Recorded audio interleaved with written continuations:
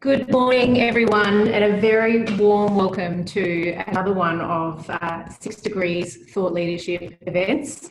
My name is Suzie McInerney and I'm the CEO of 6 Degrees. Look, a huge part of our story, as many of you will know, has been thought leadership and certainly leveraging the partnerships and relationships that we have to bring really interesting topics to each of you as our clients and importantly actionable insights that you can take back to your businesses over time. And look, COVID has certainly really just strengthened our commitment to doing that, and in fact we've held more events than we ever had more participants than we ever had, and I think it's one of the opportunities that we've relished to be able to have people from across our client base, from across Australia, jump on these calls. And this morning is absolutely no exception. And in fact, the interest in our webinars has been strong, albeit I think everyone on this call probably has just a touch of webinar fatigue by now. But it's no surprise that this topic of mental health and COVID-19 has attracted the greatest interest from our clients. I will get into it very quickly. Usually these events, as I mentioned, are held at a swanky function room somewhere with scrambled eggs and a piece of soggy toast. But in the virtual realm, you'll be not surprised that there is a little bit of housekeeping. And I did just want to start by saying we will be recording this session, and our marketing team will send an email post the session to all the participants with a link to that particular recording. So if you need to review or share the content, there will definitely be an opportunity for you to do that. Also, there'll be some QR codes that will pop up during the session. So have your phones ready and have your cameras open. And really what that will allow you to do is to access very quickly some of the kind of detailed information on the Beyond Blue website that's referenced during the chat. And again, as is always the case with these, there will be an opportunity for you to ask questions, and we really encourage you to do that. It certainly adds to the richness of the conversation, and we will, stop the conversation a number of times to reference those questions. So please go ahead and ask questions, and we'll get to as many of those as we possibly can. I want to get into it now, and certainly to introduce our guest speaker, Georgie Harman, the CEO of Beyond Blue. Before doing that though, I guess from my perspective, I know that we have all been experiencing such a huge amount of change, disruption and uncertainty in our lives following the outbreak of coronavirus. I know for myself and the leadership team here at 6 Degrees, the mental health and physical health and well-being of our people has absolutely been our #1 priority as we have been catapulted into this new way of working, but really new way of living. The pandemic has certainly affected all of us, and I'm sure all Australians in different and sometimes unexpected ways, and there is no one-size-fits-all solution. The issue is complex, it's highly personal, and given the upheaval of our daily life, but also the economic downturn that's to come and the pressures associated with that, the timeline and magnitude of the impact of mental health as a result of this crisis is no doubt to become more profound with time. I'm sure all of you on this call have heard of Beyond Blue and the great work they do. Beyond Blue has a very clear mission to provide information and support to help everyone in Australia achieve their best possible mental health, whatever their age and wherever they live. To delve further into the specific impact of COVID-19 on the mental health of Australians, and importantly, to focus on what we can do as leaders in business and in community to support those around us, I would very warmly like to welcome our special guest, Georgie Harman, the CEO of Beyond Blue. Good morning, Georgie. Good morning, how are you? I am very well. You can see beautiful kind of sunrise coming across the screen. So it is a really nice morning here in Melbourne. Look, Georgie, you've been a CEO of Beyond Blue since 2014, a friend of the 6 Degrees business, and Beyond Blue, a great partner of our business over time. And for those on the call, Georgie, since joining in 2014, has had a significant, led a significant expansion of effort and results in service innovation at Beyond Blue, suicide prevention and digital solutions, among many other really excellent impacts. And Georgie, we really appreciate your time. I know we were chatting off the call, and you no doubt have been tremendously busy, and I know been in high demand in terms of these conversations. So we really appreciate you being here. Pleasure. It's lovely to be here. So I guess, Georgie, to start almost with a bit of a summary, can you tell us from a national perspective what are the mental health implications that you're seeing from COVID-19? Quite a summary question to start. Yeah, sure. Can I start by acknowledging the traditional custodians of the land that I'm sitting on, the Wurundjeri peoples of the Kulin Nation? And I know we've got people joining us from right around the country. And I, as a national organisation, we acknowledge all Aboriginal and Torres Strait Islander leaders, both past, present and emerging. I think it's really important to do that, especially at these important and unsettling times. So look, thanks for the question, Suzie. It has just been quite extraordinary. I have never seen anything quite like it. I've worked in mental health for about a decade now, and we're at Beyond Blue, we're experiencing absolutely record demand. So about a 60% increase in demand for our support services. Which is both, I think, a good and a bad thing. It's a good thing in the sense that people are coming to us. People are realising that they're not travelling that well, and they're reaching out for support. And we know that the earlier that people do that, the better, and the better we can do a job in terms of supporting them and pointing them to longer term services if that's what they need. And a bad thing in the sense that, this thing that we're living through has impacted everyone. There is no one in Australia who has not been impacted in some way from a wellbeing perspective by the pandemic. As you said, all of the things that we usually take for granted, the sense of control we have over our lives has just been stripped away from us. And as human beings, we're really hardwired to crave that stability. We like to know what's coming down the pipeline. We like to feel, at least some semblance of control over our daily lives. So there's a lot of people who have been feeling and continue to feel extremely high levels of anxiety, uncertainty, fear, obviously worry about the future.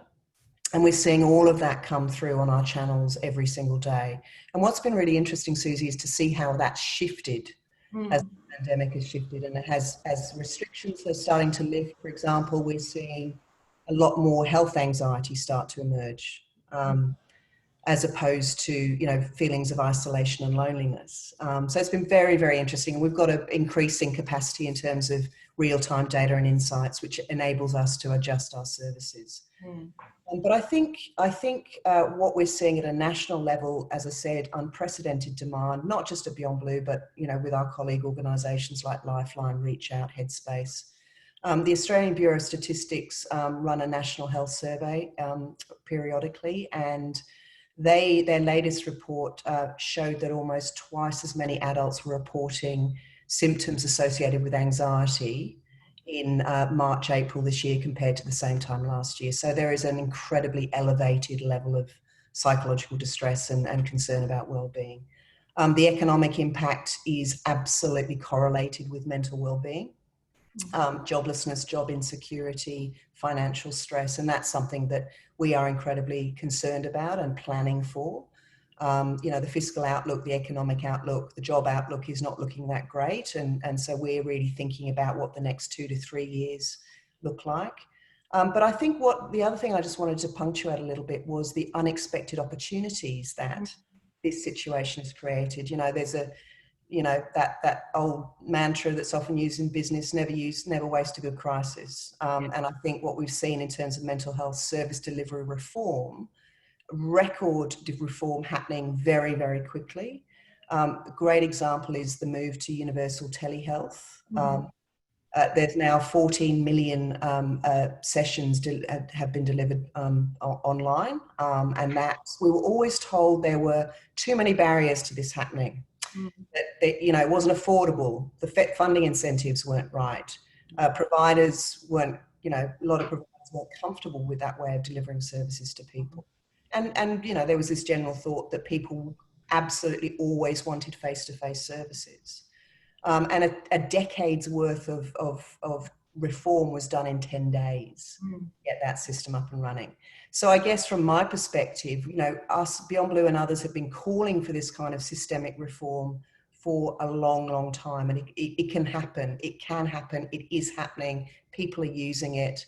It's not the silver bullet. You know, face-to-face services will still continue to be needed, but we have shown that we can integrate technology into day-to-day service delivery in ways that we always imagined, but we never thought would happen this quickly. So we cannot just revert back to the same ways of providing services. I think that would be a huge mistake. Mm-hmm. Yeah, I'm sure everyone on the call can relate to this notion of the acceleration, I guess, of initiatives and of ways of working that have occurred in their industries. And I guess it is a promising thing that for you, that has resulted in this amazing kind of access to people, to the services that no doubt you'll continue. And obviously with that unprecedented demand on your services, I read that the government has provided additional funding, which you would expect and hope to be the case. Can you perhaps share, as a response to that, the ways that Beyond Blue, I guess, is using that funding to support the community at this time? Yeah, thanks. So very early on, the government started talking about the mental health impacts of the pandemic. And in fact, I think we were the first country in the world to do that. So I think the government's actually done a really good job in sort of elevating that and putting that in a policy sense on the table. I think it was in April, they announced a $74 million initial package. And of that $74 million, there were a whole range of initiatives, including $10 million for Beyond Blue, to rapidly set up a dedicated coronavirus mental wellbeing service. My team has been working virtually for over 3 months, and they built that service, that completely new service, in 8 days. So, you know, again, in a situation of crisis, speed trumps perfection. Mm-hmm. And, you know, my team just performed magnificently. So we stood up this new service in 8 days, and that was, I think, on the 6th of April. So it's been running for about 3 months now. It's basically a digital first approach. So there's a very, very comprehensive digital site, which contains really, really practical, accessible information, tips, tools, self-management strategies, links to other really useful tools and sites. And we're constantly iterating and updating the content on that based on the data insights that we're seeing every day.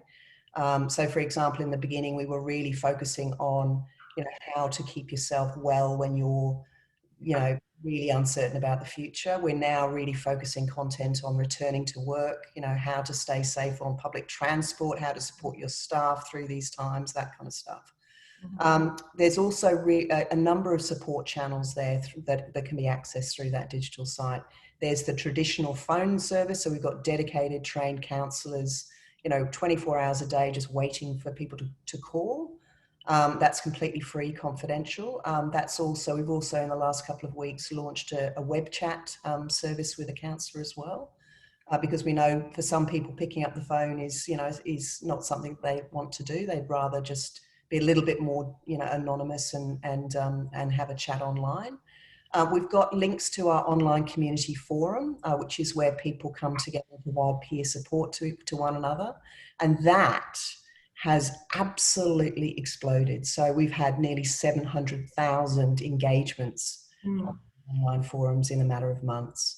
And we've also then got, a number of other sort of really practical routes for people to seek support. We're also using this opportunity as a way to trial different types of collaborations and partnerships with others in the sector. So we've just signed a deal with Mind Australia to actually provide longer term ongoing support for people who've got more complex needs. And we're also, just finalising an arrangement with Reach Out, which is a youth mental health service, to ensure that young people actually kind of get a particular, content and support that's relevant to them. So this is a time that we're actually using to really prototype new thinking and new partnerships, new ways of working. and doing that, you know, without the usual bureaucracy and stuff and nonsense that kind of gets in the way. So it's been an incredible experience and a great honour to actually have the responsibility to do this.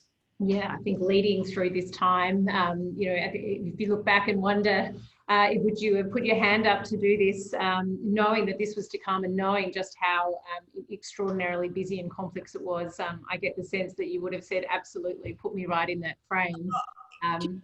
I think that's right. And I'm sure, you know, talking to a lot of my colleagues and peers and everybody's just, you know, of course we didn't want this to happen, but there are some really, really positive things I think that are coming out of this. That some of the service reform and systems and thinking reform that I mentioned, but also at a societal level, mental health is on the agenda. There's a sense of community and social solidarity that I think we haven't seen in this country for a long time. People are really getting to know their neighbours, looking out for one another, staying connected in more assertively than they normally would, putting aside the kind of nonsense that gets in the way of really kind of what we value. So, you know, again, I'm a bit of a Pollyanna, right? But I'm really hoping that we manage to hold on to some of the real positives that have come out of this. Yeah, for sure. And look, I know we're not perfect, but I have felt very lucky to live in Australia, particularly over recent weeks, for the reasons that you've described and how I've experienced that within my own community. Georgie, you mentioned that you expect to see, I guess, an evolution or a shift, and the data, no doubt, suggesting this also from, I guess, the health issues that were very prevalent early days when people were in isolation and catapulted into this new way of living, to what you expect to happen as we move more towards the economic downturn and the pressures associated with that. Can we just explore that a little bit further in terms of what you believe that shift and that evolution in the issues to look like? Yeah, sure. So, you know, we've done a really great job in Australia of flattening the curve in terms of the health and, you know, the epidemic curve. We expect there to be quite a significant and long tail to the mental health curve. We're already seeing that, obviously, but as the real economic impacts start to bite, I think we will start to see some, you know, potentially some really concerning trends. But again, if we as a service, if we as a community, if workplaces, if schools, if governments and communities are actually all thinking about the ways in which we can protect mental health and prevent the deterioration of, you know, situations for people getting worse, so they actually need services, we'll be in a much better place. So, you know, the Grattan Institute did a really great report, oh gosh, probably over a month ago now, which, you know, really drew those strong correlations between, you know, economic stress, financial stress, job stress, and mental well-being. And we know that, you know, whilst the virus doesn't discriminate, you know, it affects everybody. We know that its effect on mental health will probably discriminate, and it'll discriminate against those people who are in casualised work, in insecure work, low paid work. It'll disproportionately affect young people who often start their careers in the kinds of industries that have been profoundly affected by the virus. So those are the kind of groups that and it's probably got a really gendered lens as well, because we know a lot of women are in those more casualised work situations. So we need to, again, from a policy and a service design perspective, as well as a kind of communication and engagement perspective, be really thinking very hard about how we're targeting. And, you know, again, the long-term unemployment situation is something that we're very, very mindful of. And, you know, the link to, you know, suicidal distress in particular is something that we're incredibly concerned about. But that's why we're focusing on prevention. And that's why we need to be continuing to focus on prevention. The National Cabinet endorsed a few weeks ago a national pandemic response, mental health response plan, which is a very sort of multi-layered plan that's actually a really good start, actually. And that's about, the long-term prevention stuff, making sure that workplaces, schools, all those environments outside of the health system are actually equipped and supported to help people. But also importantly, the service system is adapting. So we've seen, for example, a lot of people who live with severe and complex mental illness just disappear from the system. So how do we actually go out and find them? How do we make sure they've got data and devices to actually take advantage of the technological solutions that actually keep them connected into services? So these are the kinds of things that governments are thinking about and the sector are thinking about. But yeah, it's the unknown, but it is kind of known in terms of past pandemics. We've seen the bushfires recently. We've had things like SARS happen overseas. So we do know that there will be certain numbers of people who will really struggle through the coming years. We just had a great question actually from the audience that I would love to ask you, and it's I think there's lots of talk about the challenge or stress of working from home with small children, and I know I got to know my whole family probably a little too well over the last few months. As you can see, I'm in the office today for good reason. But on a serious note, we were really concerned about those people who had the opposite problem in terms of working from home, and that is working from home alone. And the question is, we hear so much about families. What about single people who've been isolated? Is loneliness an issue, and how do you support people working from home when they are all alone? It's a great question, and I think it goes to the heart of us as leaders, making sure that we contextualize everything that we talk about, because there has been a lot of talk about families and, crowded households and schooling from home and all those kinds of things. But, at Beyond Blue, I've got a number of staff who are young and who are single and who live alone. I've got a number of staff who live in share houses and, they're juggling with their friends, access to the one table in the house to work from. So I think we've got to be really conscious that this experience is actually really different for people, and that everybody's situation is presenting their own challenges. So in terms of, look, I'm in that boat. I'm working alone, at home alone. I've got my dog here at my feet. I hadn't seen until I took a week off last week. I hadn't seen my partner for 3 months. My partner lives in Sydney. So all of my family's overseas. And I think, if I can personalize this for a bit, it was, to start with, I loved it. I was just enjoying the solitude, to be honest. I was enjoying not having to get on planes and travel. I was enjoying, being able to construct my day in a different way. At Easter, I absolutely went into a hole because I hadn't really had any human contact for weeks, and that really started to get to me. And I think, so what I did was I actually went back to my team on the Monday morning after Easter and said, I'm really struggling. How are you guys doing? And that was I think a bit of a turning point for both me and our approach to this, because I think when important people actually say, actually I'm struggling too, it shifts the conversation. It creates a sense of sort of solidarity and that we're all in this together and that we're all experiencing this in different ways. So in terms, we're very conscious of this particular situation that the question was asked, and we formed, my teams formed using technology, little groups and communities online of their own. So there's a group called Dancing by Myself. There's, the dogs of Beyond Blue. There's the parents group, and we've got a lot of ex-teachers that work at Beyond Blue, and they actually spent a lot of time running sessions to parents and caregivers at Beyond Blue about how to cope with, school at home. Yes. I think it's just about really being kind of conscious, creative, but also saying to your teams, what do you need? Like, what would actually make a difference for you? And quite often they'll actually come up with the solutions themselves and drive it. So You know, the top-down approach is not always the way to go on these kinds of things. Mm-hmm. I'm sure everyone's looking for, you know, those other practical tips or ideas about how we as leaders can support the mental health of our teams. You know, aside from, you know, asking those right questions at the right time, what are the other practical tips that people can take in terms of how to best manage this journey with their teams moving forward?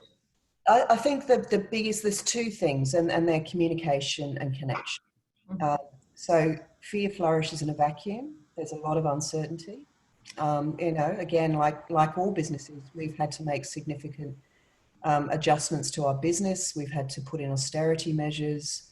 You know, there's a lot of uncertainty and in our business. And the one thing that we have done very deliberately is over communicate. Mm-hmm. Communicate regularly, communicate transparently, give as much information, probably more information than we might in other circumstances about what's going on in the business, how we're coping with it, what, you know, seeking that feedback. We're running pulse surveys to actually, you know, check in with staff and actually ask them, you know, levels of confidence and what they need from us and all that kind of stuff. And that's being done on a regular basis. But I think communication and doing that regularly and in different ways. So I'm recording a couple of video messages a week, and they're just silly, as well as the more serious sort of written communications. We've basically kept up our usual rituals and routines, but we're just now doing them using Zoom. So I have every Monday morning a soapbox where I stand up for 15 minutes, usually in the office, and people just come and gather around, and I talk about what's going on in my world. I've lost everything. Can people still see me? My screen's just gone completely blank. I could still see you. Yep, and yep, we're all good. You can see the black screen then. Oh, there we go. We're back. Yeah. Yeah. So, we've got a staff meeting later this morning, where, you know, we're just all gathering on Zoom, and we use the chat function. So I think, you know, keeping as much of the routine and rituals as you can, over communicating differently. And, you know, my very clear expectations to the managers and leaders of my people is that they do those regular check-ins, ask the questions more regularly about how people are going. And, you know, they actually open up and talk about their own experiences as well. Obviously, the usual things like EAPs and all that kind of stuff. I think the other thing is just really shifting our thinking and mindsets around productivity. And, you know, managing teams remotely is a very different skill. You have to actually think about what's important and change productivity from traditional thinking about getting things done in usual hours, on time, blah, blah, blah, to we don't care how you do it, when you do it, as long as it gets done. And it's about outputs. So, you know, we've been doing a lot of work.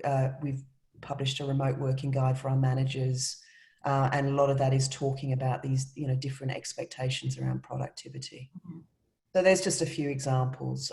You know, again, on the coronavirus digital site, there's a whole bunch of really practical advice on that kind of stuff as well. I think the blurring of the lines between, you know, work and home means that people do feel like they're working harder and longer.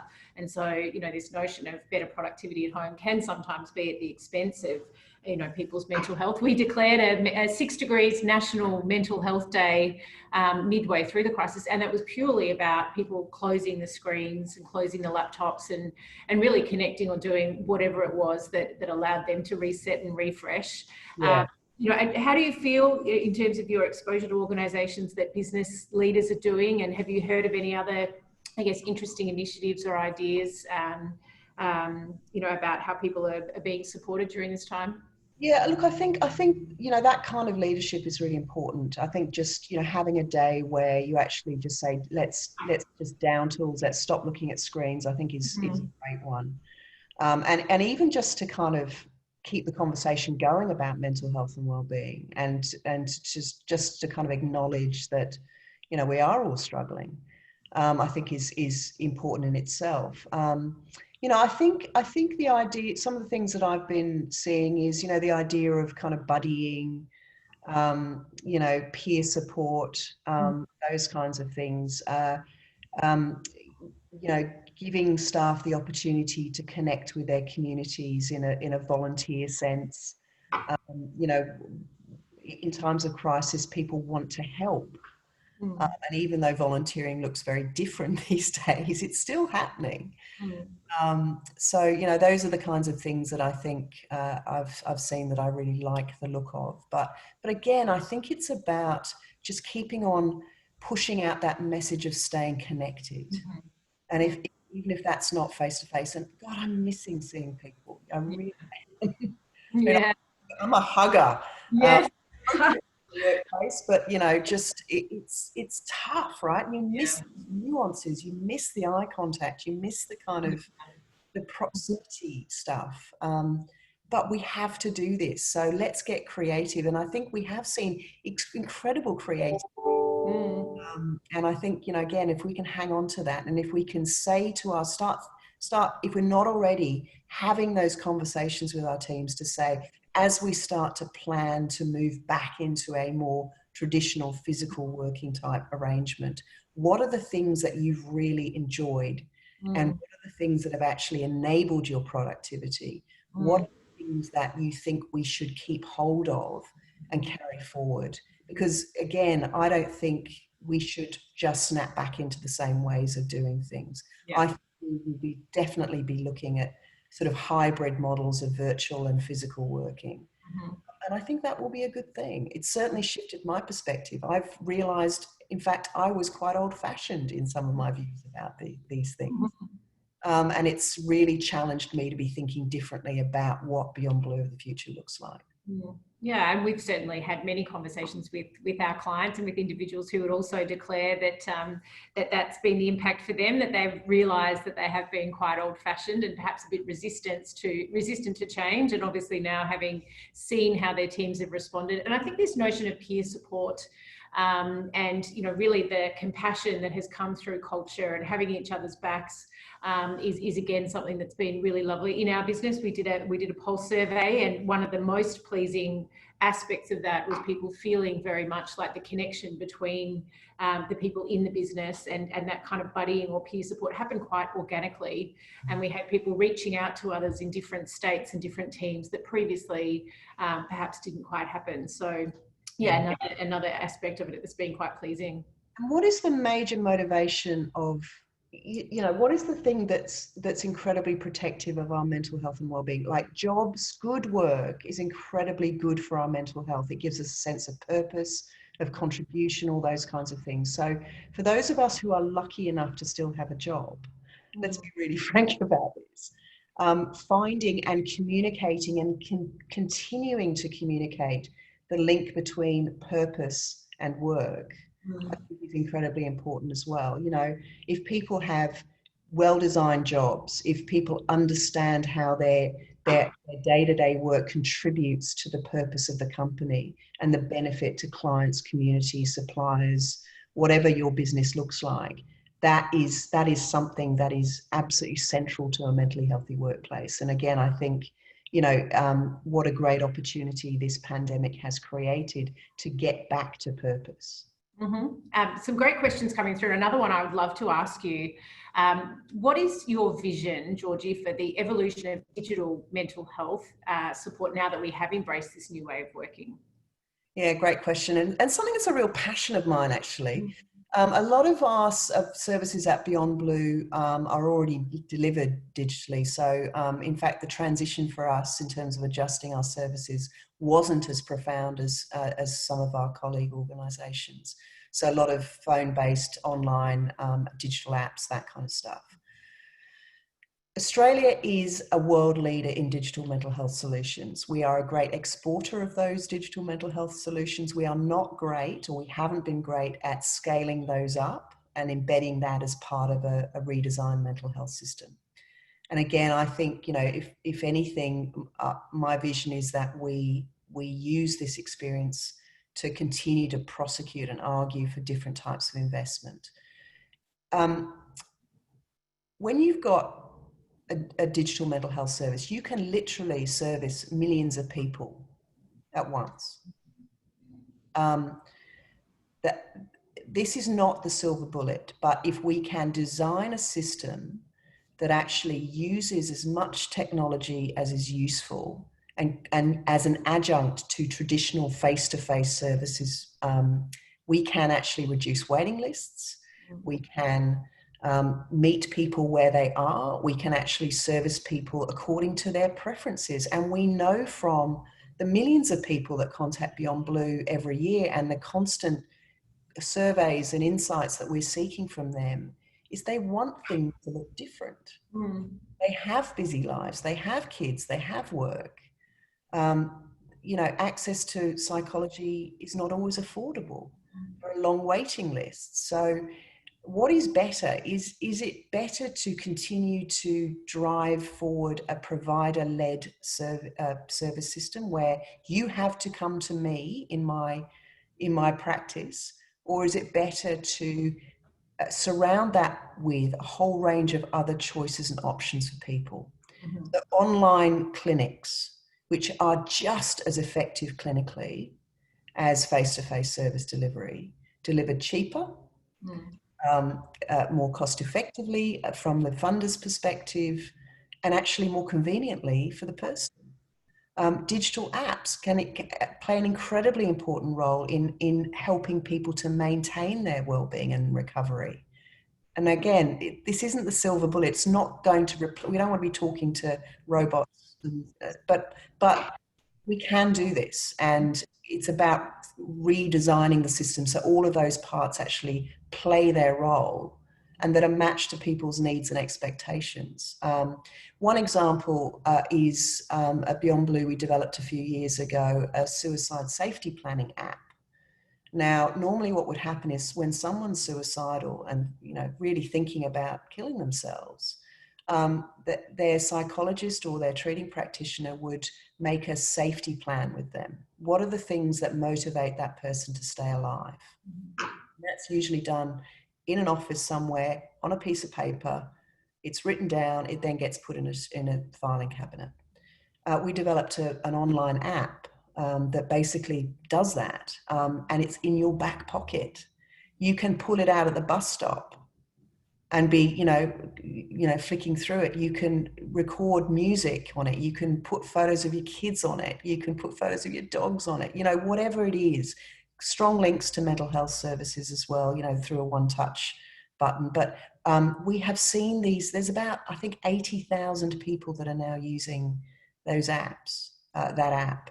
And we know it saved lives. So we want every GP to be sitting down with a person that walks into their practice and making a plan so that and so that person leaves that office with a plan that they can draw on, you know, every day in the middle of the night when that GP is not available. So that's the kind of thinking we want. It's not replacing, it's actually enhancing. It's extraordinary. And I think, as you've referenced a number of times, the opportunity to look at data and insights as we enter this new realm to really shape and adapt the strategy such that that blend is optimal and that we can be tracking the positive and potentially also some of the aspects of it that perhaps are not coming through as intended, and really be agile in that is we're probably better placed than ever to get it right. And can I just add, sorry, one more thing here. We know through the coronavirus mental wellbeing service that we've just set up that people's preferences are not traditional preferences. They are not wanting to pick up the phone.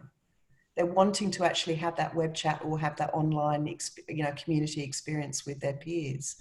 So again, we've got really valuable insights and data that we can take back to government and say, hey, look, this is how we should be approaching service delivery, or we should at least be thinking about this. There is another really wonderful question I would love to ask you. And the question is, with extended periods at home, we've seen children with class learning and at-home learning, which is obviously new. And the question relates to, is that then an opportunity in that more diverse kind of learning environment to look out for the early stage signs of mental health problems that may not otherwise have presented in regular family life? Great question. So I'm assuming that this is about parents actually kind of spending more time with their kids and sort of understanding. Is that, I think that's how I'll answer it anyway. in spending that additional time, and perhaps also in some stressful situations, but being able to observe behaviours that perhaps otherwise you don't have the opportunity to when you're at work and the children are at school. Yeah, I think that's a great insight, and I think that potentially the answer to that is yes. The fact that parents are spending a lot more time with their kids, they're observing them in a learning environment, they're seeing the interaction, even if it's virtually, between their kid and their teacher. They're perhaps experiencing rage and concern and all those kinds of things, and I think that opportunity to observe, I think, is very powerful, and potentially it could give a parent a different type of package of questions to then talk to the teacher about, or talk to the school about. Look, I observed, this in our child when you did this, or when this lesson happened. So I think that there's something in that. I think the relationship needs to be a kind of triangulated one between child, parent, and teacher. I think that's a really powerful combination. And I'd like to sort of highlight a couple of programs that we're running. First is called Healthy Families, and it's a website, healthyfamilies.org.au, which basically provides, again, very practical advice and teaching for any adult with a kid in their life, whether that's a grandparent, parent, auntie, and it's divided up by age range as well. So it will teach you about the signs and symptoms of developmental issues, and how to actually go about managing them. So it's some really, you might want to check that out. The other thing that we're doing is running a national program available to every single early learning service and school in Australia. And we've got about 60% of schools signed up to the program. It's called BU. So BU as in BEYOU.edu.au. And that is an open source platform where we've got a whole bunch of, again, very practical professional development and strategies. It's designed for educators, but because it is open source, any parent can actually jump on, register, and actually do that learning themselves. Very, very small bite-sized chunks of learning. So you don't have to complete the course in 3 days or something. It's like literally 15-minute chunks. And you can dip in and out and go to the things that reflect your child's age, and the issues that you might be concerned about. So there's another option there. I'd be really cautioning people about trying to diagnose their kids. Don't do that. We're all guilty of that, I'd have to say. And yeah. But again, I think the opportunities that we've had, or some of us have had, to spend more time with family and loved ones, if that's been our experience. Let's actually use this to actually, as you say, kind of get to know our kids better, get to understand what their lives look like, and what their relationships look like, and what their learning experiences look like, and equip ourselves to be having different conversations potentially with schools and teachers going forward. Absolutely. Georgie, you did reference a little bit of your personal experience in managing through this time, and I know that I'm very grateful for my family, friends, and in fact people in the business reaching out and asking me, are you okay? Knowing that for leaders, it is a very stressful time, and this notion that if we're not okay, then it's very difficult for us to be there truly to support our businesses and our people. So I guess a question for you, how do you make sure that you're looking after your mental health on an ongoing basis, but particularly during this time? Yeah, look, it's been a bit of an interesting time, to be honest. I had an experience of depression for the first time in my life about 5 years ago, and I talk very openly about that. So what I found in those early days was, again, this sort of sense of energy, excitement almost, that leading in crisis. You just get on with it, you roll up your sleeves, you're experiencing different leadership challenges every day, and I find that very invigorating. So the first few weeks I was smashing it. I was working incredibly hard, you know, I didn't have a day off for weeks. You know, media was going crazy, all that kind of stuff. Come East, and I found myself actually falling back into those old patterns of that I know about myself now, having had that experience of depression, that are really unhealthy, and that I know contributed to me becoming unwell. I started drinking heavily again. So I was drinking again most nights, and you know, that old excuse of, oh God, it's been such a stressful day. You know, there's a beautiful bottle of wine there. I'm just going to open it and have a glass, and then, you know, all of a sudden there's half a bottle gone. Yeah. So I stopped. Part of my recovery, what was really important to my recovery was sleep, and my sleep patterns went completely out of the window. And it's still not back to where it was. I stopped exercising, and again, physical activity, incredibly good for our mental health. Normally, I would go to the gym 3 mornings a week and have my, you know, bum whipped by someone. And I, you know, stopped doing that. So I fell back into those really old unhealthy patterns of behavior, and you know, started that kind of justification in my own mind about, you know, I'm so busy, I've just got to get on and do this, and that can wait. So around that Easter time, where I sort of fell into a bit of a hole, I used that weekend to actually completely reset. And I'm back to 5 alcohol-free days a week. I'm back training virtually with my trainer 3 mornings a week, much to the disgust of my neighbours. I'm really working on my sleep, and which is, you know, again, it's a bit of a work in progress. And I've really made the effort to reconnect and stay connected with people. So, you know, WhatsApp groups, all that kind of stuff. And I'm doing much better now. But I think, you know, so what are the things that actually we can all do? Sleep, eat well, exercise, stay connected. Those are the 4 magic ingredients to really good mental health and well-being. And I think, you know, again, that old adage of you've got to put your own oxygen mask on first. You are no good as a leader unless you are good yourself. Is really, you know, it's been a great reminder to me. I did something really practical on that Easter weekend. I wrote myself a list, and it started with brush your teeth.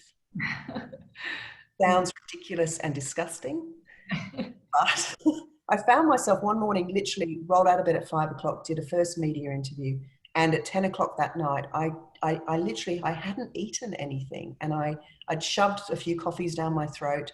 I hadn't brushed my teeth, and I thought, this is both disgusting and ridiculous. Yeah. So that process of actually going and writing down what are the things that I need to do for myself every single day was the kind of spoke in the wheel that actually tipped the bike and made me get back on it and start again. Yeah, again, I'm sure I relate personally. I know that there's many people in our business who would relate to this notion of, you know, they're really interconnected, right? So they're, you know, one perhaps having that extra glass of wine or that extra, beer or whatever it is tends to lead to disrupted sleep, and then you're tired, you exercise, and it really can be, you know, a bit of a downhill run from there. And I think this notion that reset, and we've had a Friday call in the afternoon, and nearly every call is saying, look, use the weekends to reset and refresh. And sometimes that means people know they haven't had a great week in terms of caring for themselves. But that the beauty of being able to understand and reflect on that and then reset on a Monday, you know, I think is a really important thing to do, particularly given all of this is quite accelerated. So your normal behaviours that can creep in over time in this environment, it feels like that can trigger, and that can happen very quickly. And you can go from being, you know, at the gym every day of the week to then a period in a week where you completely just forget the nutrition and forget the else. So Georgie, we have another question, and actually it's great to see we have Simon Trainer on the call from another incredible organisation, the Movember Foundation. He says good morning, firstly, and also pays you a huge compliment in saying that you and your team are making a real difference in Australia's mental health and wellbeing. And I'm sure others would second that, absolutely. But he asks, so how do we balance funding and efforts between preventative and early intervention initiatives versus primary care mental health services, and saying both are equally important, yet how do we prioritise during these troubling times? Yeah, look, thanks, Simon, and great campaign that you guys are running at the moment, and right back at you in terms of the bouquets. It's a great question. There's another part to this. It's not just about prevention, early intervention, primary care. It's actually about the acute and crisis services as well. And if we look at how funding and investment is balanced across that portfolio, everything is at the ambulance at the bottom of the cliff, or most funding goes towards the acute end and the crisis end. And that is really important, but we know that a lot of mental health challenges, mental illnesses, suicide behaviours can be prevented. So I think the last figure I saw was that genuine investment in genuine preventative mental health efforts was, I think, less than 1% of the total mental health budget. Now that is just madness, to use an inappropriate phrase for my industry. So it is actually about that balanced scorecard. And if you look at what we call a stepped care system, so if you think about a mental health system as a ladder, most of us sort of actually don't even need to get on the first rung of the ladder, or the first rung of the ladder is about self-care and self-management. And that's done in communities, it's done in homes, it's done in schools, it's done in workplaces. The next steps of the ladder are about that sort of, taking those steps around, managing early signs and symptoms, low intensity type services. Then you can move into sort of primary care, and then the more acute and crisis end. And as you move up the ladder, you need different types of services.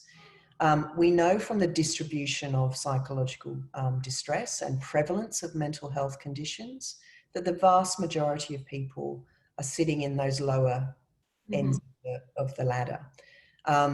And if we can, at a population level, rebalance the books, we are going to stop seeing people have to travel up that ladder.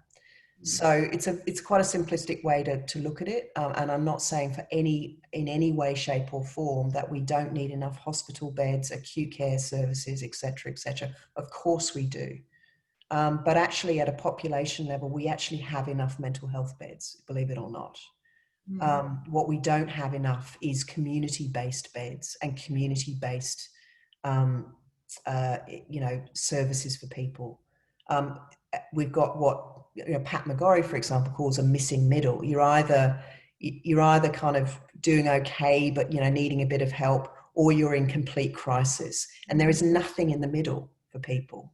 And that's where we need to really plug the investment, I think. And that's about, assertive outreach for people. That's about making sure that people, when they start to become unwell, have community-based services that they can go to, so they don't need to present to an emergency department in crisis. Emergency departments are the worst place for people in suicidal distress or psychological distress. They really are. The bright lights, the busyness, they're just such unhealthy places when you're in that state. And we know that peer-led safe spaces in the community, we know that community-based beds are incredibly effective and actually much more cost-effective as well.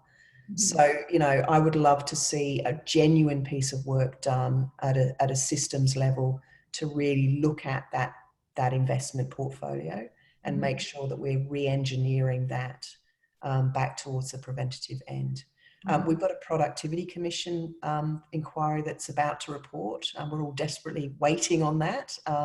And that's the kind of thing that Stephen King and his commissioners have been looking at. We've got a Royal Commission happening in Victoria. There's a lot going on. And again, as a sector, Movember, many others have been calling for this kind of systemic reinvestment for decades. And we remain hopeful. Let's just wait to see what happens. Absolutely. We've got time probably for a couple of final questions. And I guess what we're starting to see is that there's some organisations who are being very clear that they don't expect to have people return to a physical environment for some months.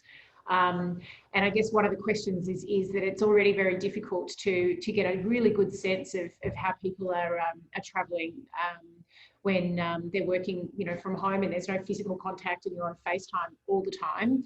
As that continues over the coming months as a manager, how do you support people when they're working from home and not physically present at work? And how might that need to change as this becomes, the second part of a 6-month virtual working environment?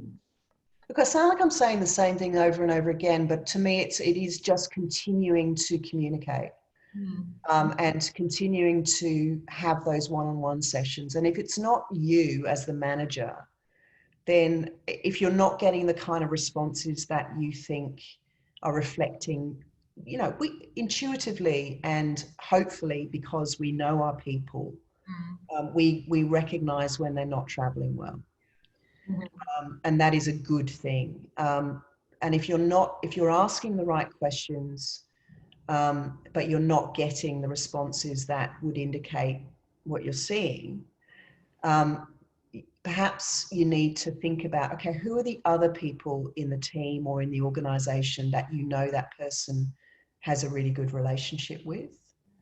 That level of, that peer support, and it might be a case of, speaking to one of their team members and just saying, hey, I'm really worried about Georgie. Do you think she's going okay? And that's an absolutely appropriate question to be asking. You don't need to be saying, I think they're depressed, but, you can just say, I've just noticed a few changes in them. Then they don't seem to be as engaged. Have you had a conversation with them recently? How do you think they're traveling? Would you, could you check in with them? So I think it's about, kind of thinking about different options. But persistence is really important. And I think as a manager, if we are genuinely concerned about our teams, we need to keep asking those questions and actually start getting a little bit more pointy if they're not progressing. Look, I've noticed these changes in you. I am actually really concerned. I am going to keep asking you how you are. What can we do for you? I worry about you. I care about you. You're important to the team. Those kinds of very human conversations, I think, are incredibly important to keep having. That notion of peer support. If people, but also adjust the way that you transact as well. One of the lessons that I learned very quickly was, we started having team meetings by Zoom, and some people didn't turn on their camera. I'd be like, turn your camera on. Come on, I want to see you. Yeah. Some people, they just didn't want to. They actually just needed to stop looking at the screen for a bit, or they were just having a bad day and they didn't want people to see, the fact that they hadn't brushed their hair. Yeah, I haven't slept or again, just, adjust the way that you transact as well. And, if someone's routinely not putting on their video, just give them a call and just say, hey, is everything okay? Would you just prefer not to have meetings by video? That's okay. I just want to check in on you. So again, I think it's just trusting your guts, trusting your instincts, using very deliberate humanistic language, asking the questions, keeping on asking them, thinking about other connection points for that person. To sneak in just one final question. I mean, conversely, there are organisations that are really starting to make their workplaces COVID safe and encourage people to return to work, and certainly other states, not so much Victoria at the moment, that's absolutely happening now. So one of the questions says, what are the top 2 actions employers could be doing to support staff as they return to the physical work environment in the coming months, particularly where there's, as you mentioned before, anxiety around, things like public transport and that commute? First thing I think is to talk openly about that, and just to say, look, and again, it's something that I'm seeing. I've got the benefit of both, having an experience with my own team, but then also seeing how the entire Australian community is responding from an anxiety perspective, an isolation, a loneliness perspective, the kind of sentiment that we're seeing through our support service. And the two are absolutely married. So your workplaces will be going through exactly the same thing. There will be some of your staff who are desperate to get back to work. They cannot wait. And you're going to have to, physically stop them from, rushing up to people and trying to hug them. There will be those who will be not wanting in any way, shape or form to leave their houses and incredibly anxious about that. Most people that are somewhere in the middle and that have actually really quite, had some really good experiences from the remote working situation. So I think the first thing is to actually talk about that and just say, hey, this is what I think's going on in Australia. This is what we think's going on in the team. Is that right? And really try and find out what are the things that people are worried about. And then get really practical. You need to be communicating how very, very clearly and regularly about what you are doing to plan for a COVID-safe work environment. Mm-hmm. You need to, and that for some people will come down to even like, we're only going to be allowing 3 people in lifts. We're going to be having sanitizer stations. We're going to obviously be keeping the 1.5 meter thing. But sometimes we assume that people know that we are doing this. And we can't assume. We've got to communicate the most simple, basic stuff and keep doing that. And then I think ask those questions about, is it the commute that's worrying you? Mm-hmm. And just, again, our staff have the answers. And often we overcomplicate things. So if you have that open conversation with them, you say, what has this experience been like for you? What are the good and bad things? What do you want our workplace to look and ways of working to look like ideally in the future? You can then potentially consider all those inputs and decide whether or not that's going to work for your business. And you'll probably come up with some kind of hybrid. But communication and asking those questions, I think, are the most important thing. Pointing them to the Safe Work Australia site, where there's really clear advice for employers and employees about how to work safely together in a physical work environment post-COVID. Information is power. Fear flourishes in a vacuum. So I think, communication, asking the question, and then co-designing the solutions is the way to go.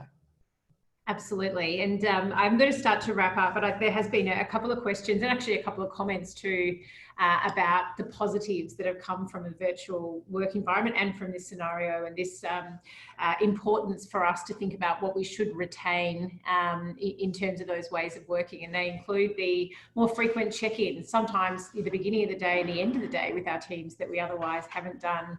The notion of organisations being more borderless, really, and this the cross collaboration that can happen between head office and remote states and things like that, as well as, I guess, this the idea that the peer support and the ability to actually have those quite connected conversations with people is really just a Teams or a Zoom invite away. So thanks to everyone for providing and sending in the questions that you have done.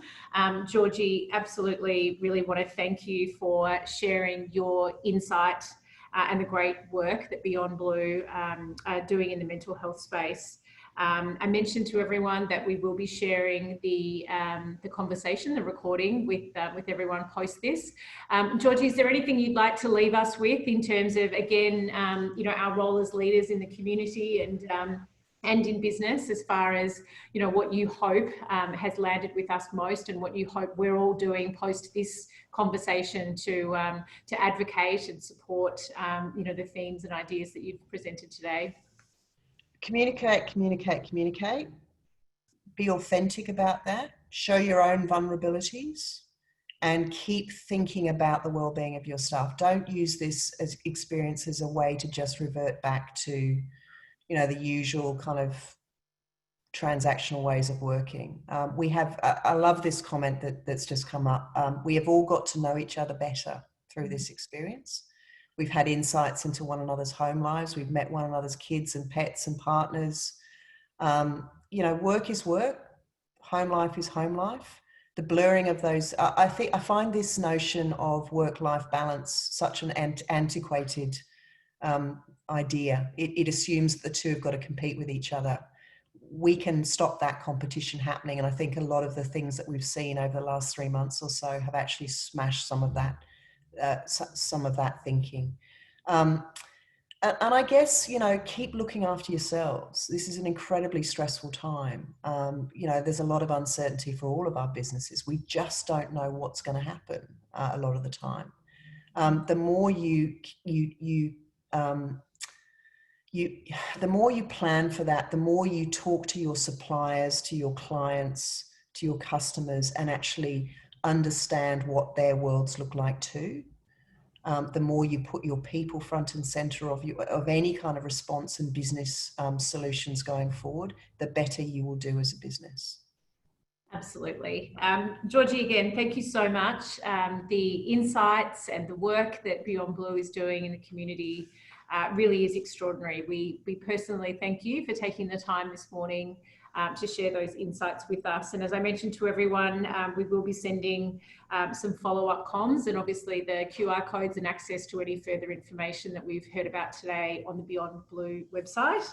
And for me also, I just wanted to say a huge thank you to our team, the marketing team and support team, who have done an incredible job of producing these events over the last couple of months. And thank you to everyone who's taken the time to join the call today. We hope you also will hang up with perhaps a little bit more clarity about how we can navigate what is, set to be again really uncertain times. But thank you, Georgie. We really appreciate it. Pleasure. Thanks.